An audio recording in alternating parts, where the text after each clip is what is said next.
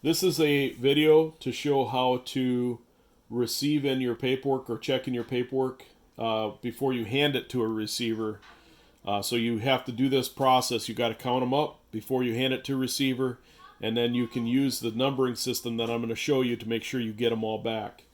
So you're going to start on the manifest, in any PO that has a case count and a weight next to it, that means it's on the truck. This PO is blank, so that means that PO is not on the truck. I counted these up. There's 39 slots, so you subtract the 1. That means you're responsible for 38 bills. So number them on your page, 1 through 38.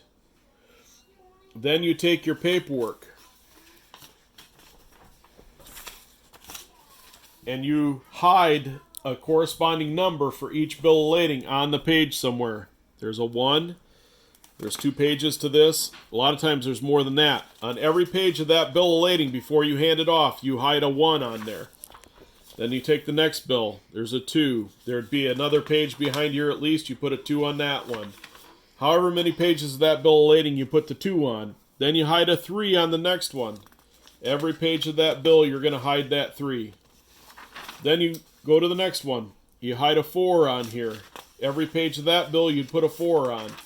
So when you get that paperwork back, you can resort it 1 through 38 and make sure you have all bills back. Another thing to note, you have to have the number back, number 1, and it also has to have a store stamp and signature on it. If there's no store stamp from that store, or receiving stamp on there, it is not considered received by B&M. So you're checking to make sure you have the corresponding number with a store stamp. So you need 38 bills for this drop with a store stamp on it. With B&M, you only have to send 1 page showing the PO number and the store stamp in the same page.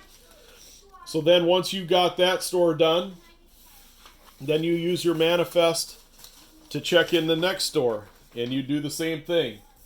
I'm going to check and make sure all my POs have weights next to them. Then I'm going to number them 1, 2, 3 through 11. There's 11 bills here.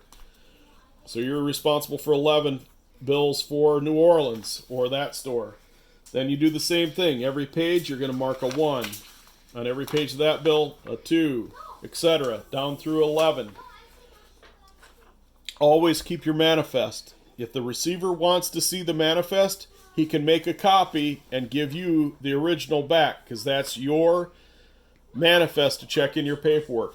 Repeat the process at every stop that you have so that you can ensure that you have all the paperwork back in your possession when you leave that facility.